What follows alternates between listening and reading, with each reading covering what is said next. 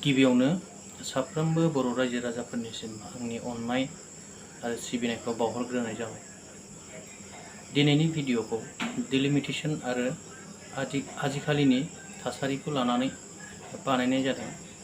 दा बेयाव मैया बर'नि माखासे दैदेनगिरिफोर आरो इलेक्शन कमिशन अफ इन्डियानि गेजेराव मोनसे जर'खा जथुम्मा जानानै थांदों। बे जथुम्नायाव जोंनि गोबां दैदेनगिरि बिथांमोनहा बाहागो लाहैदों आरो बे बाहागो लानायाव बिथांमोनहा मा सावरायखो, मा मेम'रेन्डाम होनाय जाखो बेफोरनि सोमोन्दै गुवारै बेखेवना होदों। बेनिखायनो गासैबो रायजो राजा बिथांमोनखौ दिनैनि भिडिअखौ जोबजासे नायलांगोन होननानै आसा खालामबाय। बेजों लोगोसे जाय बिथांमोनहा आंनि चेनेलखौ साबस्क्राइब खालामाखै अन्नानै चेनेलखौ साबस्क्राइब खालामदो आरो बेजों लोगोसे भिडिअखौ नायनानै मोजां मोनोब्ला लाइक, शेयार आरो कमेन्ट खालामदो आरो लोगोसे कमेन्टआव बोसोन होनो थाखाय गुरै खावलायहरनाय जाबाय। गिबियावनो बनसुआ मा फोरमायखो खोनासंनानै लादिनि। बर' माहारिनि फरायसा आफादा जोंनि chief election commission of India दिनै गासैबो नन पलिटिकल अर्गानाइजेशन्सफोरखौ 6 शेड्यूल एरियासफोरनिखौ बिथांमोना लेंहरनानै जिहेतु सावरायदों, जाय बिथांमोना क्लेम्स एन्ड अबजेक्शन्स बिथांमोना लाइजाम आर'जलाइ गथायदोंमोन। बिथांमोनखौ जों बुंदों दि जोंनि बिटिसि 6 शेड्यूल ओनसोलाव जिहेतु स्टेटास को मेनटेन जायाखै, जिहेतु टटेल 6 शेड्यूलनि जि मोनसे आयेन बादियै जानांगौमोन खिन्थु इलेक्शन कमिशन अफ इन्डिया बेखौ भायलेट खालामदों, बिनि आयेनखौ सिफायदों। दा बिनि सायाव जों गोख्रों भाबै बुंदों। जिहेतु जों बिथांमोनखौ बुंदों दि जोंनि बिटिसि 6 शेड्यूलआ 2003आवहाय जोंनि भारत सरकारजों आरो बर' लिबारेशन टाइगार फोर्स बिथांमोनजों जि मोनसे एग्रिमेन्ट गोरोबथा जानानै जों मोननो हादों। बेवहाय ट्राइबेलफोरनि थाखाय जि मोनसे पलिटिकल रिप्रेजेन्टेशन, पलिटिकल सेल्फ डिटारमिनेशन जे मोनसे राजनितिक अधिकारखौ जोंनो होदोंमोन, बे राजनितिक अधिकारनि बादै जोंनि 6 शेड्यूलनि जि आयेन आरो मर्यादाखौ जों दिनै मोननांगौमोन, नाथाय बिथांमोना दिनै बेखौ होआखै। बिनि थाखायनो जों बिथांमोनखौ बुंदों जिहेतु मेम'रेन्डाम अफ सेटेलमेन्ट 2003 बिएलटि आरो आसाम भारत सरकारनि गेजेराव जि 4.7नि जि मोनसे दफायाव क्लियारलि मेनसन खालामनाय दङ, जिहेतु डिलिमिटेशन गोदान जायोब्ला 2003 बिटिसि सुक्तिनि उनावहाय जि मोनसे डिलिमिटेशन जागोन बियो एज पार द 6 शेड्यूलनि आयेन बादै जागोन। बिथाङा फोरमायदों दि 2003 मायथाइयाव जानानै थांनाय बिटिसि एग्रिमेन्टनि बायदियैब्ला 6 शेड्यूल एरियायाव ट्राइबेलफोरा जेरैबायदि राजखान्थि अधिकार मोननांगौमोन, बे अधिकारखौ बे डिलिमिटेशननि गेजेरजों गैया खालामनो नागिरदों आरो एग्रिमेन्टआव 4.7 दफायाव जेरैबायदि लिरनाय दंमोन बे दफाखौ इलेक्शन कमिशन अफ इन्डियाया भायलेन्स खालामनो नागिरदों एबा भायलेन्स खालामनाय जादों होननानै बिथाङा फोरमायदों। आरो बिथां बुंनाय बायदिब्ला डिलिमिटेशना 6 शेड्यूलाव थाखानाय नियम बायदियैसो जानांगौ होननानै बिथाङा गोख्रोङैनो बुंथिना होबाय। थारैनो बिथाङा सैथो खोथाखौनो बुंदों।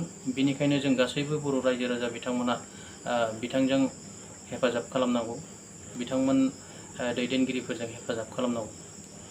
बे सावरायनायाव बारग' एनडिबिनिफ्रायबो बाहागो लानो खाबु मोनदोंमोन। दा बिनिखायनो बिथांमोनहाबो मा फोरमायखो नायनानै लादिनि दे। नैबे डिलिमिटेशना जोंनि हारिनि थैनाय थांनायनि मोनसे गोथौ सोमोन्दो दङ। थांनाय 2003 सनाव जानुवारि 10 तारिखआव जेब्लानोखि इन्डिया गभर्नमेन्ट, आसाम गभर्नमेन्ट आरो बिएलपि मोनथामजों जेब्लानोखि मोनसे बिटिसि होननाय सुक्ति जादोंमोन, बे सुक्तियाव 4.7 दफायाव मोनसे बाथ्रा लिरनाय दङ।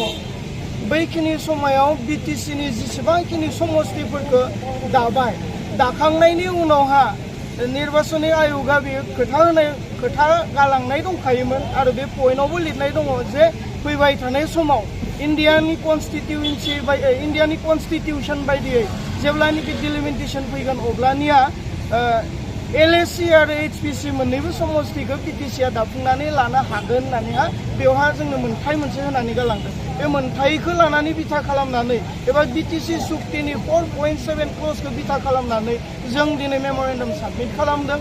दिनै नङा, थांनाय गोलाव समनिफ्रायनो जों साबमिट खालामबोदों आरो दिनै इलेक्शन कमिशनारजों मोगा-मोगि जोङो सावरायनो मोन्दों। जोंनि बिटिसिनि सिङाव थानाय मोन्नै एचपिसि जानांगौ, जेरै क'क्राझार आरो उदालगुरि एचपिसि। क'क्राझारखौ चिरां आरो क'क्राझार मोननै डिस्ट्रिक्टखौ लानानै मोनसे HPC आरो बाक्सा उदालगुरिखौ लानानै मोनसे HPC जानो नांगौ बेखौ जों डिमान्ड खालामदों। 6 शिड्यूलाव डिलिमिटेशना जायोब्ला माबायदि जानांगौ बेखौ बिथाङा गुवारैनो फोरमायना होबाय। गासैबो रायजो राजा बिथांमोना हयथ' बुजिखाबाय। बिथांमोननि बे जथुम्मायाव बाहागो लाहैनाया जोबोद बाख्नायथाव जादों। बिथांमोनहाबो हारिनि थांनानै थानायनि थाखाय गोदोनिफ्रायनो जुजिबोनानै दासिमबो नारा नाथा जुजिगासिनो दं हारिखौ फोथांनानै लाखिनांगौनि थाखाय। बिनि थाखाय बिथांमोनखौबो धन्यबाद जासिनांगोन आरो अरायसम बिथांमोननि थांखिखौ बरायनानै जों लानो रोंनांगोन।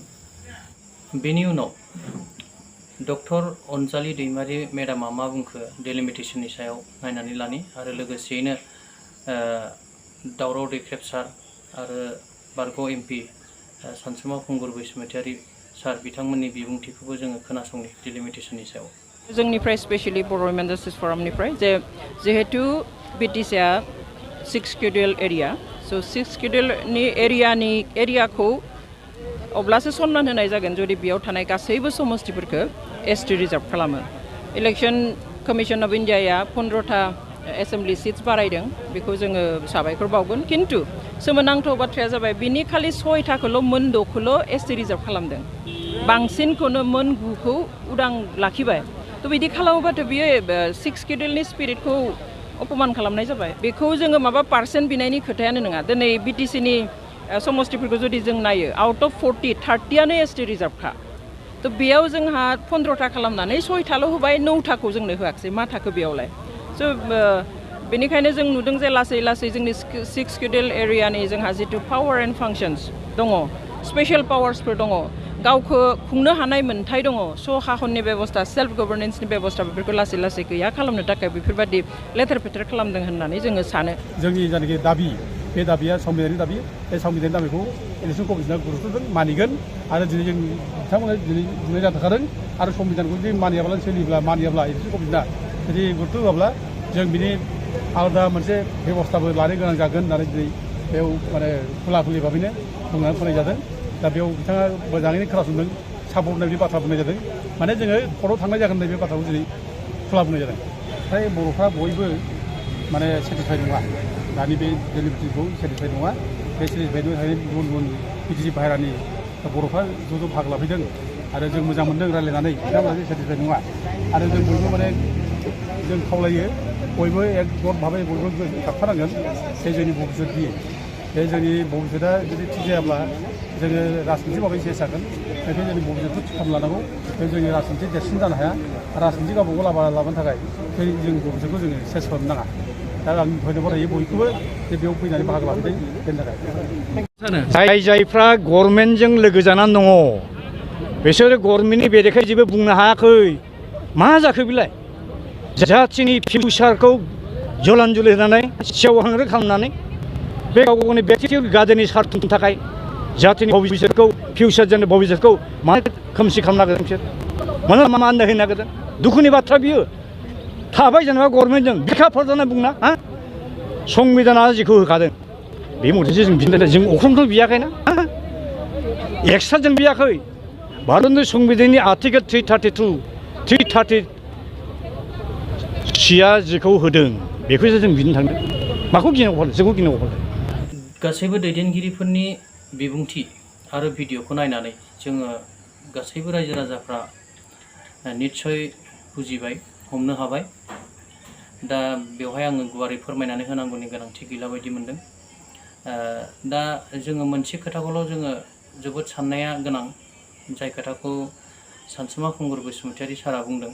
बिथाङा बुंदों सरकाराव थानानै दिनै मा खालामखो आरो हारिनि थांनाय थैनायनि खोथाखौबो बिथाङा गुवारैनो बुंदों। माबायदि जायोब्ला हारिया थांनानै थागोन, माबायदि जायोब्ला माबायदि राजखान्थि गेलेयोबा जोंनि हारिया गोमालांगोन, बेखौबो बिथाङा थोंजोङैनो फोरमायदों।